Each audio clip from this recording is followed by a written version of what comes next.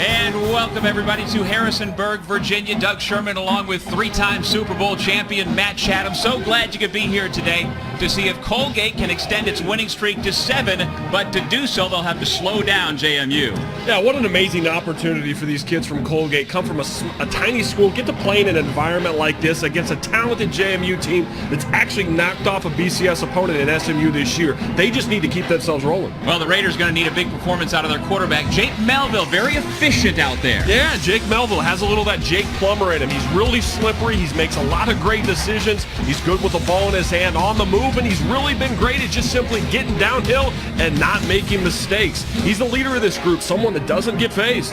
The Dukes, meanwhile, are going to have to make do without Thad Lee, their all-conference quarterback, out with a broken foot, so in steps Brian Shore. Yeah, one of the most explosive offenses, really all of college football. Brian Shore just needs to come in and keep things rolling. He's a guy who's really more of an upright player, has some wheels to him, can still run this offense very effectively, but obviously there's going to be a drop-off in the absence of Thad Lee.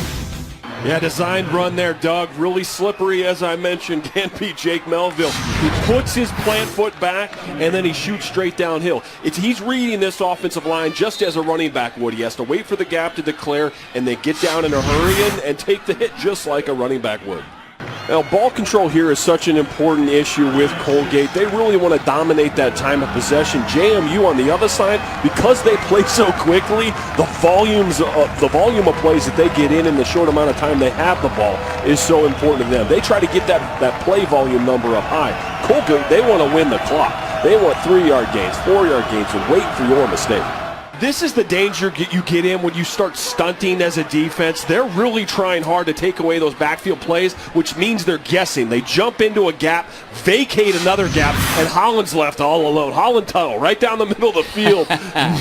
Nothing but him in this bank of students at the other end of the field. Yes. Well, where would this team be without the special teams play? Really, the changes of field position, the ability to answer has been huge for the Dukes. They've had a couple really big plays here where they've gotten field position back and really been able to answer quickly.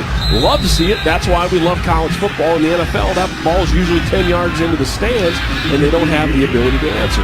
Here, the special teams unit for the Dukes has been a really big part of this game.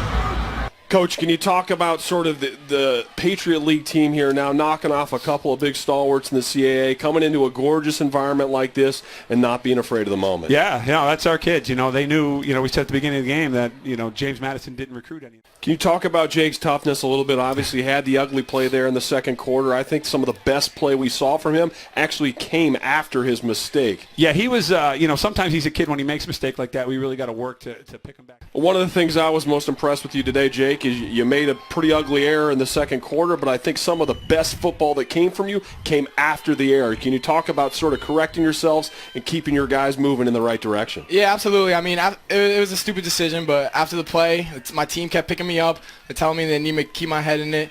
And the second half, the whole offense as a whole unit just came out fired.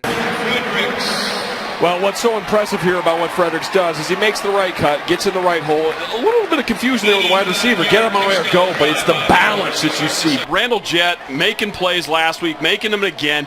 Real great ball awareness, just tugging away at that thing, punching, scraping, grabbing, whatever he's got to do. And the awareness at the end of this play to reach out, extend, looks like the knee is down, but he does a nice job as a ball handler. It was a good call, but he got to the pylon and at least made the official make a call. That's 25. Much like the Temple game a couple weeks ago, lull you to sleep, and then hit Wilson with one of these big screen passes out in the open field. Offensive lineman hustling out there to make a play, and Wilson runs away from him and says, "Hey, big guy, I'm going to go the other direction." This is what we're talking about with Taze Sharp, about being great, not just good, making those plays when you have the opportunity. That was a heck of a tackle by the quarterback, wasn't it? I think a little bit of aid there by one of the defensive tackles for UMass, but a great hustle there by Jett first to get down the field, make the great play on the bad ball, but yeah, he gets knocked out by his own defensive player. Ely made the mistake. That was not a good ball thrown really behind his receiver. Just looks like they're not on the same page. Jett gets out in front of the play, but credit Ely for hustling because he keeps this from being a score by cutting it off, and then that's the kind of thing you always get sort of clowned on in meetings as a player when you tackle your own guy. Well, when we highlighted Bryson Albright in the opener, it was clearly that in pass coverage.